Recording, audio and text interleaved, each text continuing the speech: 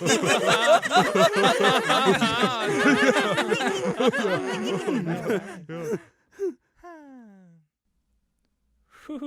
boy. All right. Welcome, everybody. Hello, this is the Daily Solutions Podcast. That's right. This is Ashkahn. I am Graham. And quick announcement before we jump into the question.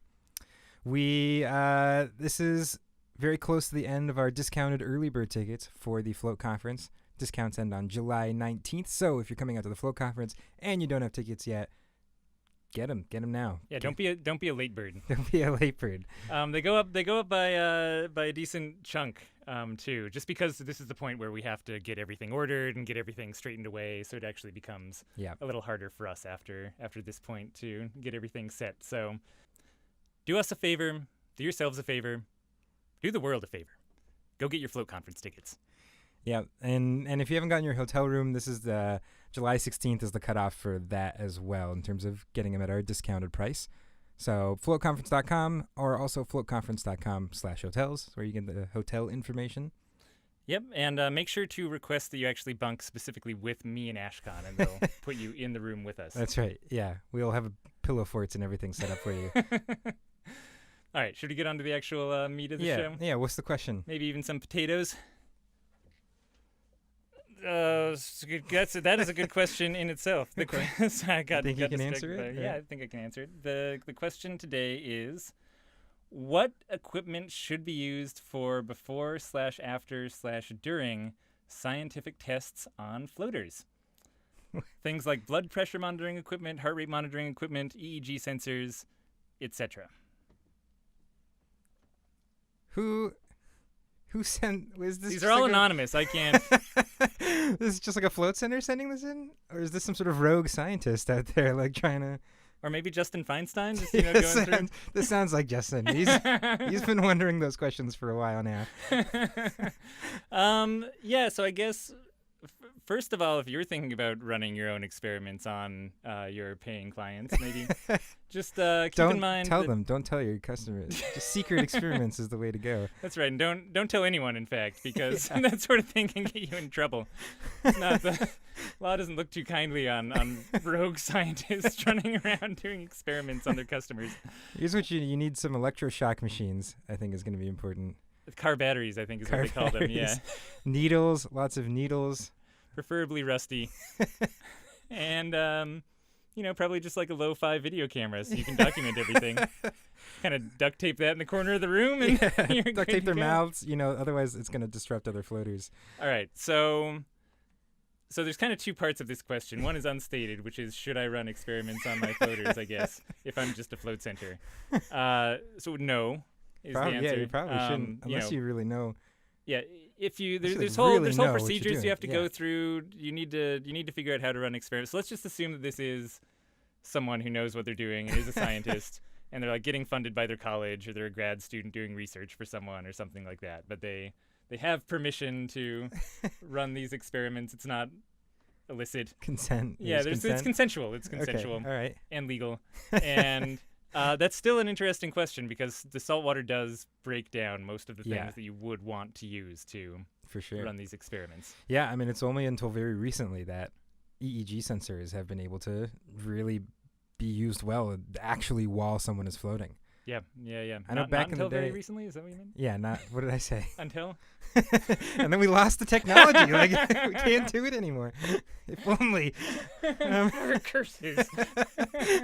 Yeah, like, as far as I know, like, Tom Fine did a little, like, some stuff back in the day where he put, like, an EEG sensor on people's foreheads, and, like, half the time it broke from the salt water. Yeah. And I know Justin had a hard time, like, getting EEG sensors that would actually keep working under those conditions. Yeah, and that was, a lot of the collaboration between him and Ricardo Gil da Costa just came out of this difficulty in finding EEG sensors that could take readings when someone is floating. Yeah. So Ricardo it runs a company called Neuroverse that actually makes these kind of, I think they describe them as like nanotechnology, little like sticker things you put on your head that the EEG sensor connects to and actually kind of wirelessly transmits it. But it also is waterproof.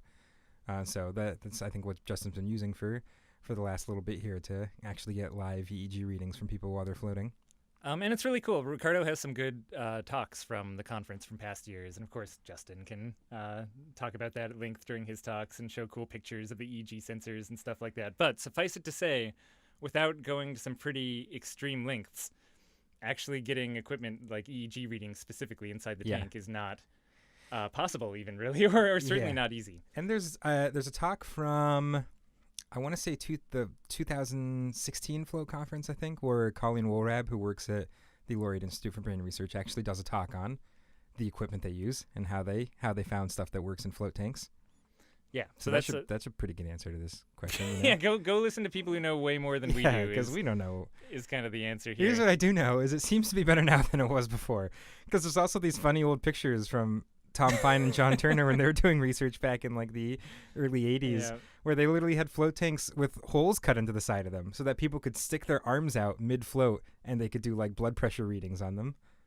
Which is super cool. Those are some of my favorite early float history photos. But I gotta imagine a little disrupting to the float, you know? And if you want to, they're in the About Float Tanks guide too, if you want to check those out and haven't already. It's really good. It's a good photo. So I think now Liber has like wireless EKG readers and blood pressure cuffs too. Wireless blood pressure cuffs. I think those are the main things that they have on people while they're in there floating.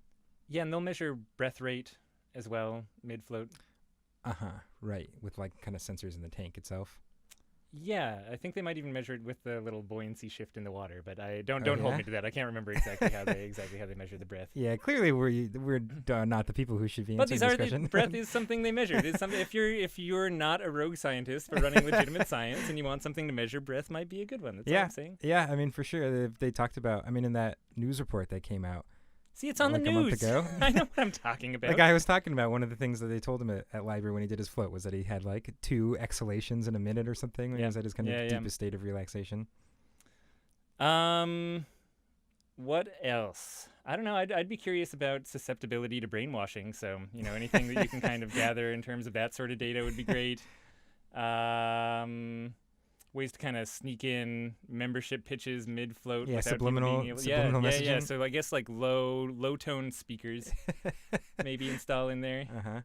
Okay, we're straying away from a serious answer again. I can feel it coming on. Oh yeah, what tipped you off? Giant smile across my face and talking nothing but nonsense, I guess, was one of the first indicators there. Yeah, I mean it's hard. Like if you're talking about actually measuring things while people were floating, it's pretty hard. And that's why you see a lot of research is pre and post float.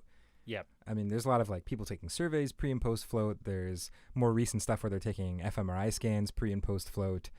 Some of the other like basic physiological tests, doing those pre and post float. Obviously, getting EEGs and stuff like that pre and post is so much easier than getting it mid float. And even like, what was the deal with the cortisol studies back in the day that Tom Fine and John Turner were doing? Where they were taking blood samples.